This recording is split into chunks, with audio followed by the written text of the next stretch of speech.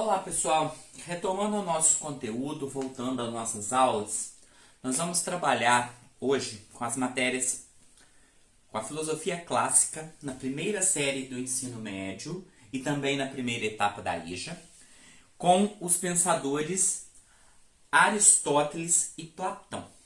Vocês veem aqui filosofia, primeira série, professor Wagner Barbosa de Oliveira, trabalho com os alunos da escola João Blay e, como vocês podem ver, a filosofia clássica, o pensamento platônico, o pensamento aristotélico, a forma de pensar.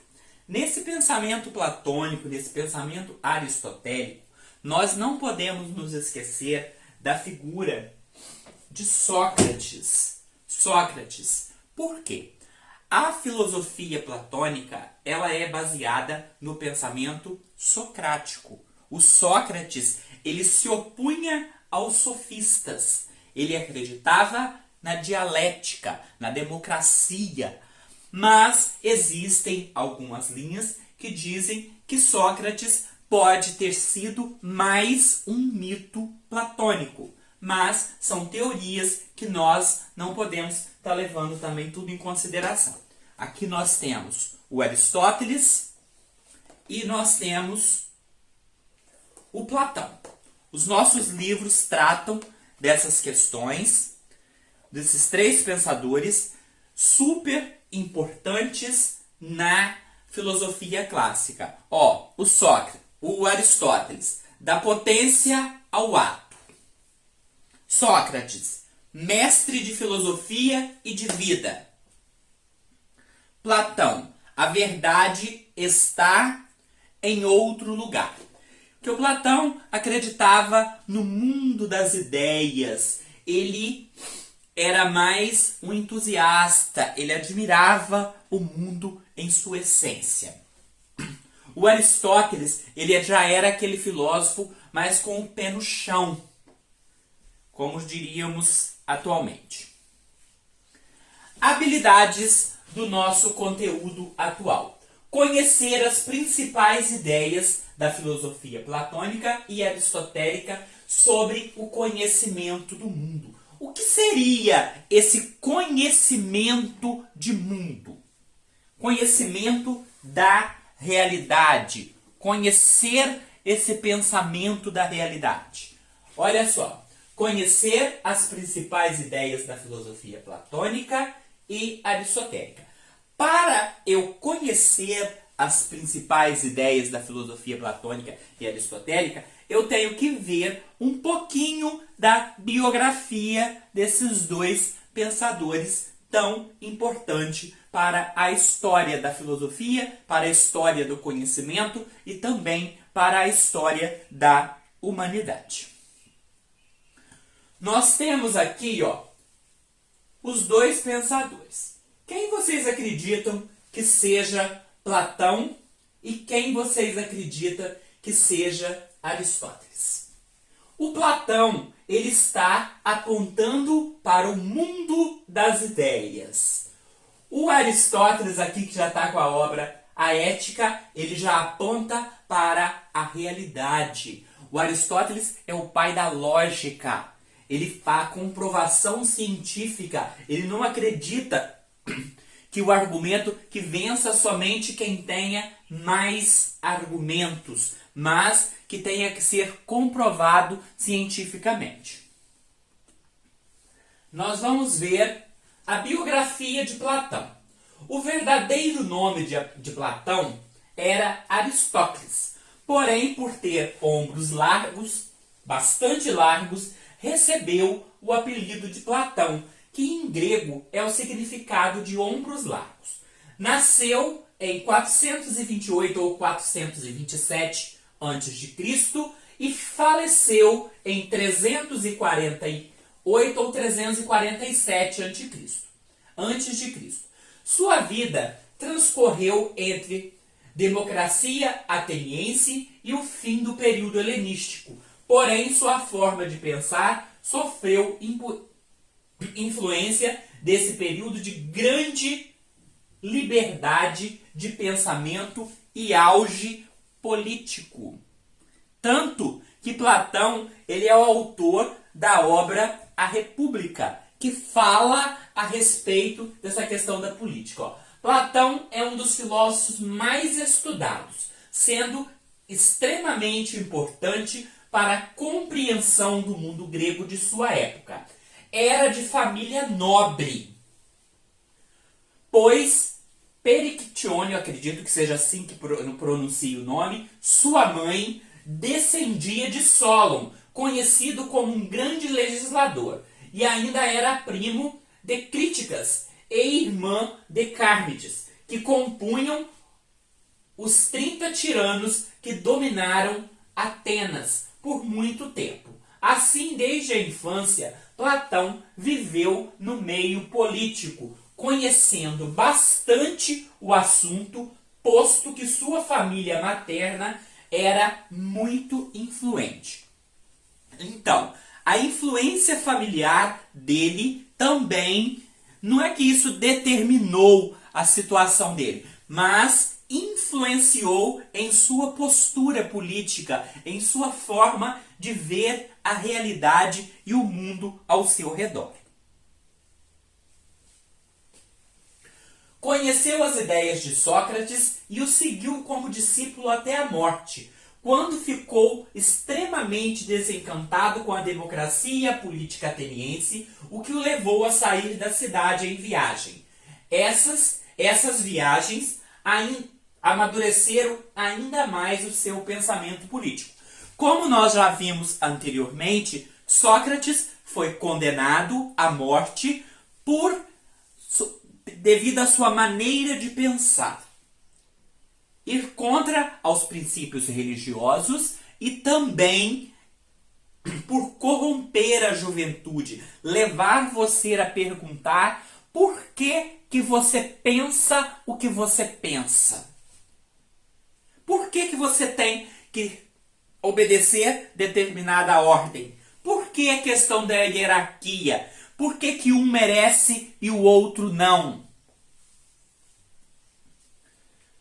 Em 387 AC, retornou a Atenas e fundou sua escola filosófica, a Academia. Aqui, a Academia que eu tanto falo com vocês em sala de aula e que nós já falamos anteriormente, se trabalhava a questão do corpo e alma. Se vocês forem aí no canal aí embaixo e olharem o conteúdo do segundo ano, da segunda série do ensino médio, tá lá, corpo e alma, o dualismo corpo e alma em Platão. Ele valorizava tanto a questão do corpo quanto a questão da alma. Corpo são, mente sã. Porque se o corpo não estiver bem, a mente também não estará bem. Então, tinha que trabalhar essas duas. A academia trabalhava tanto o intelecto quanto o físico. Lá permaneceu lecionando e escrevendo suas obras por cerca de 20 anos, interrompendo essas atividades em 367 AC. Foi a Siracusa para tentar fazer uma reforma política na cidade, porém fracassou nesse intento. Então voltou a Atenas e deu continuidade à escrita de suas obras. Dentre elas, a Apologia de Sócrates, a República, o Banquete e outras. Então, aí se dá a construção dessa ideia da vida de Platão, que tem mais uns pontos aqui na frente. Ó. Ele pregava que o corpo e a alma devem ser disciplinados através da ginástica, música, estética, moral, formação científica, filosófica, para assim se chegar à dialética. Ele que acreditava num trabalho interdisciplinar, ou seja, nós temos que trabalhar ginástica, música, estética, moral, formação científica, formação filosófica, para se chegar à dialética. O ser humano, ele não vai se tornar um ser humano crítico com a capacidade do diálogo e do debate se ele não tiver uma formação integral, se ele não tiver uma formação que contemple os diversos campos do saber. De acordo com Platão, para atingirmos o mundo das ideias, precisamos do conhecimento. Desse modo, ao sairmos do mundo sensível e entramos no mundo das ideias, alcançamos o domínio do ser absoluto. E nós temos o mito da caverna. O que é o mito da caverna aqui? Que vocês vão ter no livro didático, aí os alunos que têm o livro didático do Ricardo Melani, lá na página 86, que eu já até passei essa atividade no início do ano em sala de aula, nos nossos primeiros dias, para vocês terem um conhecimento a respeito do mundo da visão platônica, ele trata da alegoria da caverna. Olha aqui, a alegoria da caverna, onde quem está só vê sombras. Olha aqui, quem está preso na caverna.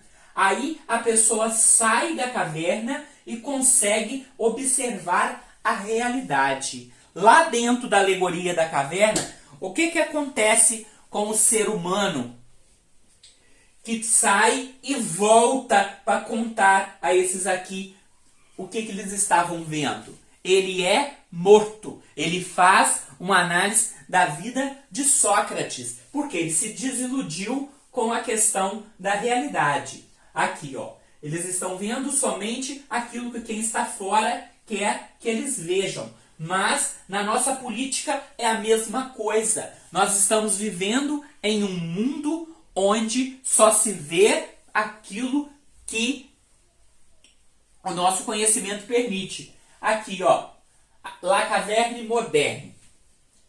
A televisão, ela prende o sujeito. Ela faz com que a ideologia que o determinado canal de TV quer passar, ele vai levar o sujeito a acreditar naquilo que ele vê. Aqui o sujeito está preso à tecnologia. Ele não está aberto para a realidade. Ele não tem essa saída da caverna, essa visão do mundo real. Aqui a caverna ela está mais ampla. Olha aqui. Quem está aqui está vendo realmente a realidade? Olha aqui. Aqui está refletindo o que realmente tem aqui? Quem saiu aqui, que viu, ele viu o quê? Ele viu a luz da sabedoria, o conhecimento. Essa é a filosofia clássica que nós devemos aprender e que nós temos tanta dificuldade para entender na atual conjuntura política do nosso país. Nós temos preguiça de pegar um livro e ler, pegar outro livro, ou mesmo pesquisar na internet para buscar conhecimento. Nós vivemos na era do fake news. Nós vivemos na era do TikTok. Nós vivemos na era do besterol intelectual mesmo, da lavagem cerebral, que aqui, o ser humano está preso à tecnologia, está preso àquilo que é colocado para ele como verdade. Ele não vai buscar a verdade em si, aqui como o Platão pregava. Ele não tem esse conhecimento amplo a respeito dos assuntos.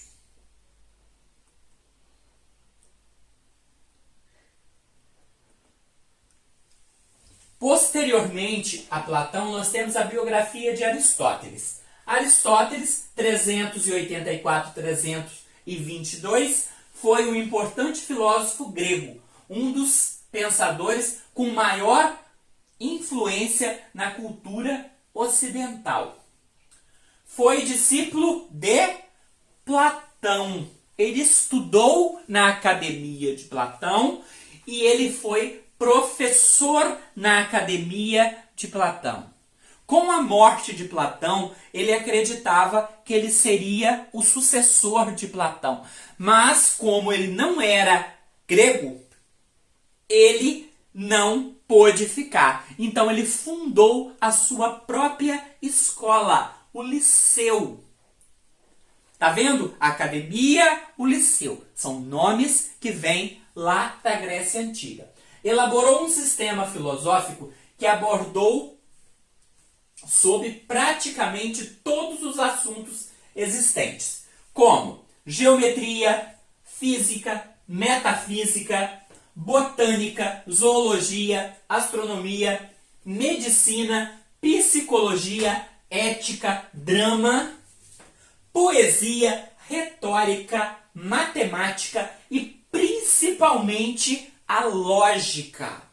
Porque o que é a lógica? O raciocínio lógico. Você ir no porquê das coisas.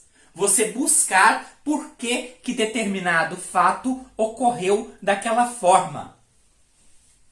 Aristóteles nasceu em Estagira, na Macedônia, colônia grega, no ano de 384. Filho de Nicômaco, médico do rei Amintas III.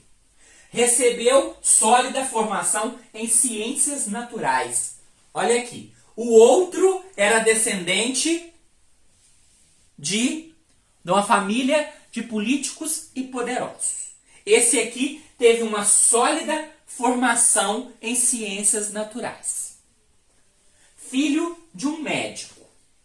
Buscou o conhecimento. Mas o Sócrates, como nós sabemos, era filho de uma parteira, que não era de família nobre. Mas a formação determina a situação do sujeito. O que esse sujeito pode fazer? O que o conhecimento pode produzir na nossa vida?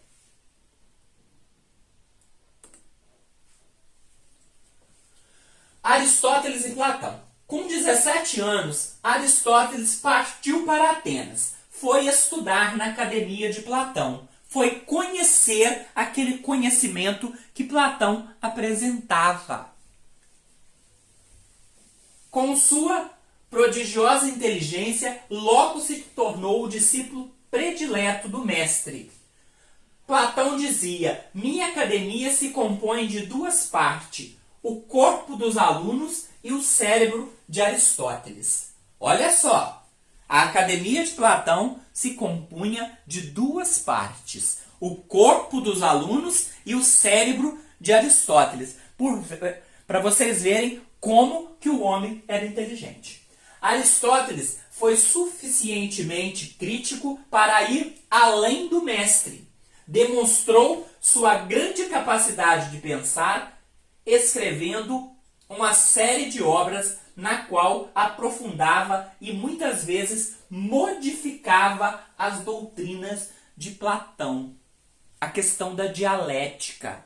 Ele não acreditava na questão de somente do diálogo, da argumentação.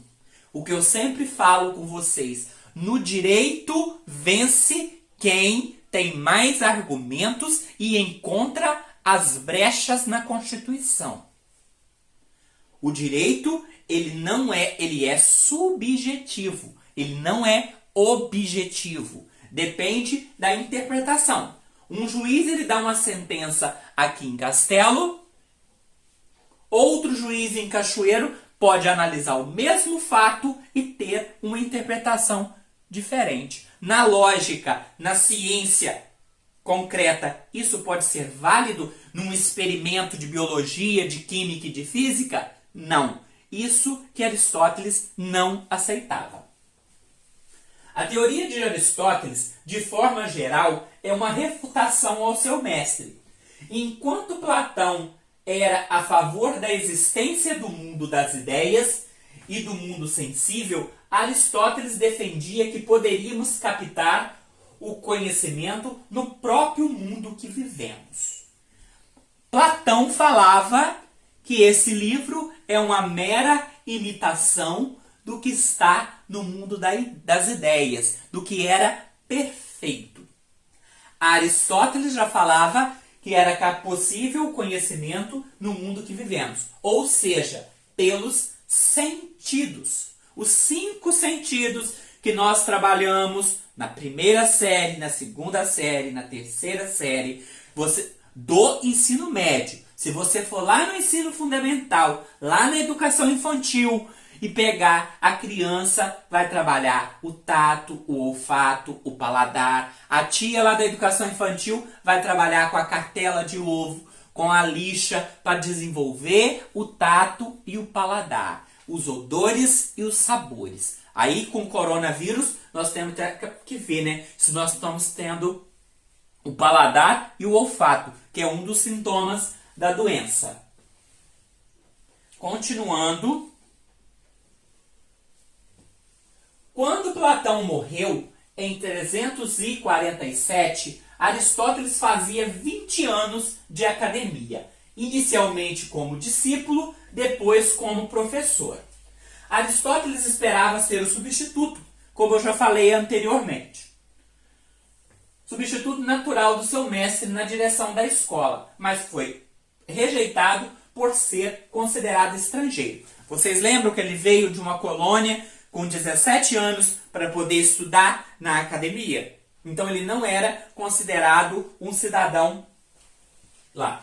Casou-se com Pítia, filha adotiva de Hermes, mas entrou em choque com a sede de riqueza de seu colega, em contraste com seus ideais de justiça. Então Aristóteles, ele era um homem justo, que entrou em choque devido a isso daí. Quando os persas invadiram o país e crucificaram seu governante, mais uma vez Aristóteles ficou sem pátria. Aristóteles ficou sem pátria. Por quê? Teve que mudar devido ao problema da invasão lá. Aristóteles e Alexandre o Grande. Olha só, o homem só mexia com gente importante. De volta à Macedônia, em 343, Filipe II da Macedônia o chamou para ser o tutor de seu filho Alexandre. O rei queria que seu sucessor fosse um requintado filósofo. Lembram da Biblioteca de Alexandria? Que é devido ao nome de Alexandre o Grande. Aristóteles foi tutor, professor de Alexandre. Aristóteles permaneceu com Alexandre durante 4 anos. O soldado partiu para conquistar o mundo e o filósofo tornou seu amigo e ficou a alimentá-lo de sabedoria. Aristóteles fundou o Liceu. De volta a Atenas, em 335, decidiu fundar sua própria escola. Já que ele não foi o sucessor de Platão, ele fundou a sua própria escola, chamando-a de Liceu, instalada no ginásio do templo dedicado ao deus Apolo Lício. Além de cursos técnicos para os discípulos, ministrava aulas públicas para o povo em geral. Ou seja, ele ministrava palestras. Ele transmitia o conhecimento que ele já possuía. Aristóteles foi o pai da lógica. Ensinou a todos os que vieram depois dele a pensar com clareza. Olha a responsabilidade desse homem. Nós vimos lá nos períodos da filosofia grega, que é pré-socrático, socrático, sistemático e helenístico. No período sistemático, ele funda a lógica, ele faz essa enciclopédia de todo o conhecimento e muda a forma de conhecimento a partir dali. Já está acontecendo essa quebra entre mito e razão.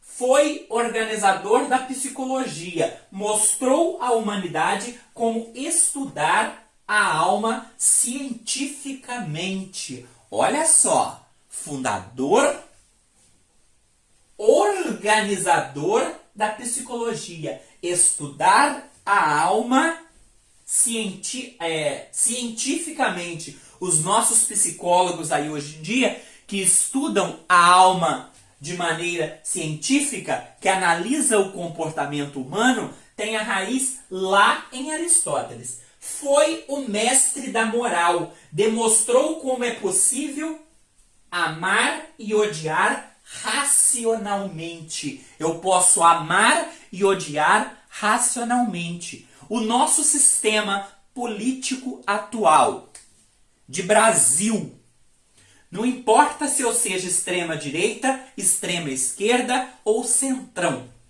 mas eu tenho que amar e odiar com racionalidade. Eu tenho que observar as coisas de forma crítica, olhar os pontos positivos e os pontos negativos, seja nas esferas municipais, estaduais e federais.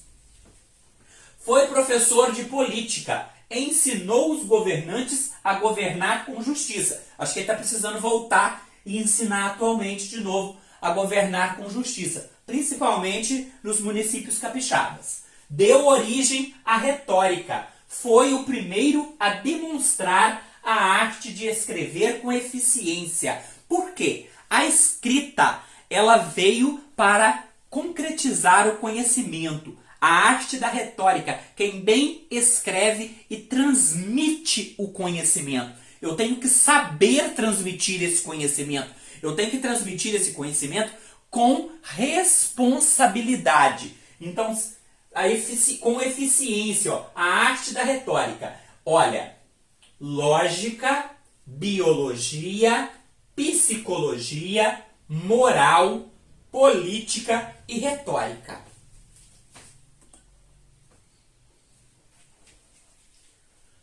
Principais ideias de Aristóteles. A filosofia de Aristóteles abrange a natureza de Deus, ou seja, metafísica do homem, a ética, e do Estado, a política. A natureza de Deus está na metafísica. Meta, além da física. O homem, a ética, o que envolve o comportamento de todos. E do Estado, a política. Polis. Lembra o significado da palavra polis? O cidadão é aquele que faz parte da cidade. O político, ele é um membro da cidade. Deus não pode ser resultado de alguma ação. Não pode ser escravo de amo algum. Amo é de mestre algum. Ele é a fonte de todas as ações. O amo de todos os amos. Então ele coloca que Deus, o demiurgo, o motor imóvel, é aquilo que é imóvel, mas que tudo gira. Essa ideia de Deus, da teologia cristã que nós temos aí, vem de Platão e Aristóteles.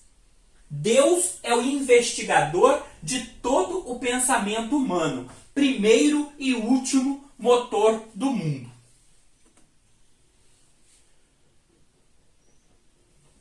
Para Aristóteles, a felicidade é o único objetivo do homem.